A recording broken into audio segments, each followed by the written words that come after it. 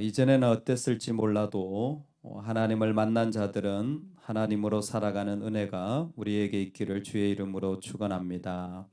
아멘. 너희는 보았고 너희 자녀들은 보지 못했다라는 것이 이 말씀의 첫 번째 도전입니다. 너희는 알았을지 모르지만 너희 자녀들은 보지도 알지도 못하기 때문에 어떻게 해야 되느냐? 그렇기 때문에 너희의 무엇인가를 보고 알게 된 너희의 모범이 더 중요하다라는 것입니다. 이전처럼 살아서는 안 되는 이유가 무엇이냐면 먼저 믿는 자들이 하나님의 말씀을 대하는 것을 보고 믿지 않는 자들은 어떻게 이 땅을 하나님을 알 수 있는지 결정하게 되어진다라는 것입니다. 즉 먼저 보았다, 먼저 믿었다라는 것은 누구보다도 더 하나님을 순종하기로 기대되는 사람들이라는 의미입니다. 이 세상을 살아가는 저와 여러분이 부모의 자리에 또 믿음의 선배의 자리에 있을 때에 더 하나님을 순종하기로 그렇게 서 있는 자리임을 기억하시기 바랍니다. 하나님 오늘 두 가지로 말씀하십니다. 먼저는 반역하지 말라는 것입니다. 5절 말씀에 하나님이 하신 일이라는 것을 다시 한번 우리에게 설명해 주고 있습니다. 여기 보니까 너희가 이곳에 이르기까지 광야에서 너희에게 행하신 일과라고 되어 있습니다. 사실 이것은 하나님이 이스라엘 백성에게 하신 일들 중에 심판하신 일들을 말하는 것입니다. 고라당이라든지 또 다단과 아비람이라든지 그들이 징계를 받게 되죠. 왜요? 모세의 권위가 하나님께로부터 온 것인데 그것에 반역했다라는 것입니다. 즉 하나님을 반역한 것입니다. 모세의 어떤 제사의 문제가 아니라 그의 통치가 문제되었던 것이었습니다. 그럼에도 불구하고 순종으로 기대되어지는 사람들에게 부탁하는 것이 무엇이냐면 반역하지 말라는 거예요. 이야기를 통해 지금 모압 광야에 있는 세대들에게 전하는 게 뭡니까? 얘들아 잘 봐라. 광야가 참 축복이 많았다. 그렇죠? 만나와 메추라기를 먹고 기적을 경험하고 광야에서 어떤 사람은 축복을 경험하는 사람들이 있는가 하면 어떤 사람은 그곳을 심판을 경험한 사람들이 있는 거예요. 여러분 눈을 들어서 주위를 잘 둘러보시기 바랍니다. 정말 하나님이 일하고 계신가 아닌가 잘 살펴보고 내가 반역의 자리로 들어가야 될지 축복의 자리로 들어가야 될지를 잘 결정하시라는 거예요. 왜? 하나님은 지금도 우리 가운데서 역사하실 때에 우리에게 부탁하는 거죠. 먼저 믿는 네가 서야 할 자리가 있는데 너의 자리는 바로 내가 축복하는 자리가 되기를 원한다라는 것입니다. 저와 여러분이 그 자리에 서기를 소망합니다. 아멘. 반역하지 마라. 왜? 광야는 축복의 시간이었는데 어떤 사람들은 그 시간을 반역하여 저주의 시간으로 살았다라는 거예요. 또 하나 하나님이 말씀하시는 게 먼저 본 자들, 먼저 믿는 자들, 먼저 부름을 받은 자들이 어떻게 해야 되느냐. 우리 7절 말씀인데 다 같이 한번 읽겠습니다. 7절입니다. 시작. 너희가 여호와께서 행하신 이 모든 큰 일을 너희의 눈으로 보았느니라. 아멘. 여기에 다시 한번 하나님이 행하신 일이라고 되어 있는데 여기는 하나님이 행하신 이 모든 큰 일이라고 되어 있습니다. 즉 지금 모압 세대 가운데 그 모압 평야에 있는 가운데 아마 일부 또 그 다음 세대 그들은 직접 눈으로 목격한 자들일 것입니다.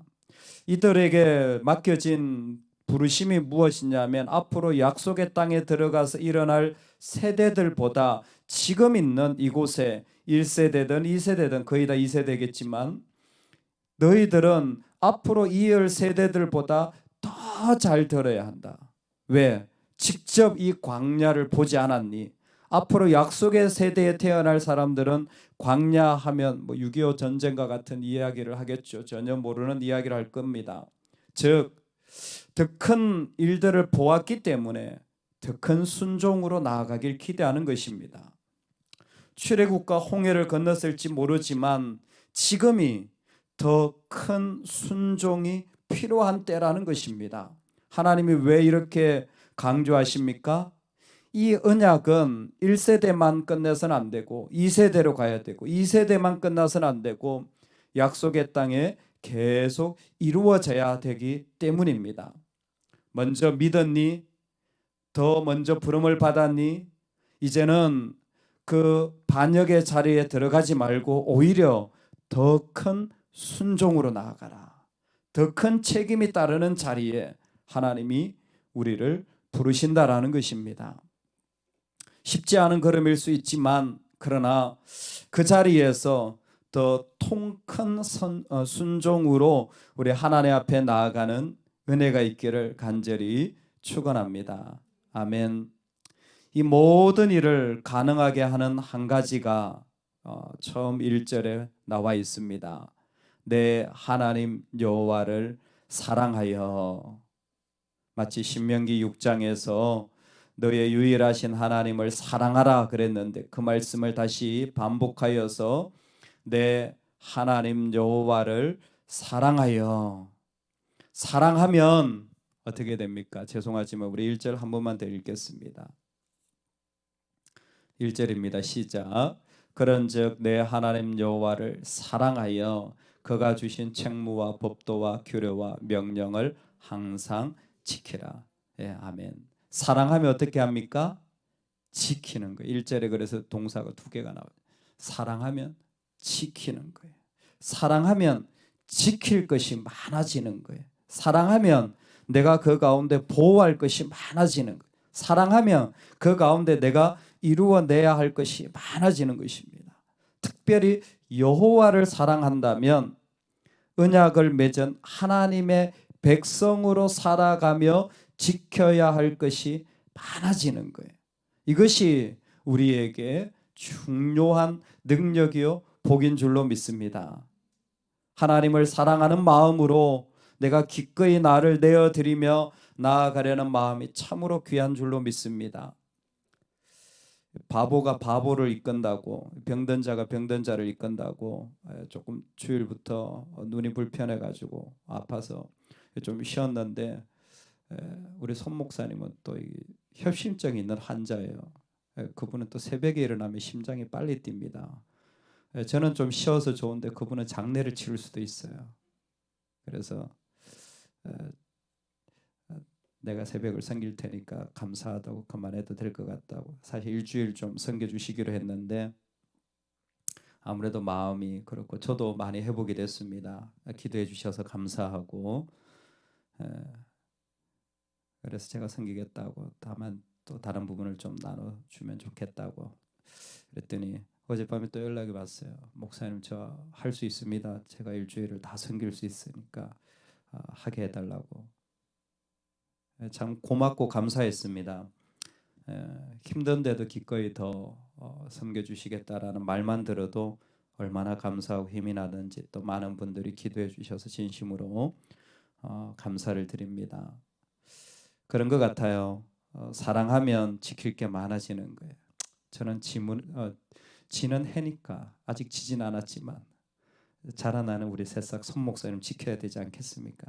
그분은 아직 하나님을 위해 많이 섬겨야 되는데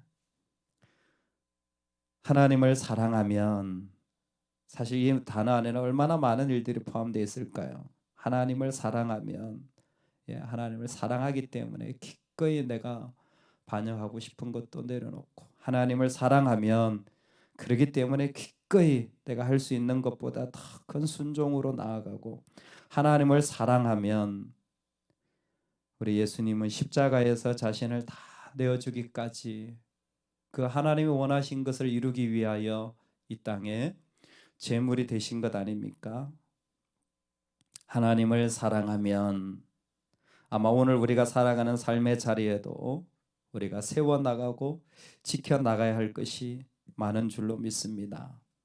참 이 말씀이 신비로운 것은 5장 3절에 이런 말씀이 있어요. 이 언약은 여호와께서 우리 조상들과 세우신 것이 아니요 오늘 여기 살아있는 우리 곧 우리와 세우신 것이라. 사실 시내산에서 세웠거든요. 근데 이스라엘 하나님은 그렇게 생각하지 않는 거예요. 지금 내가 사랑하는 너희들과 나의 언약을 세워나가고 있다라는 거예요.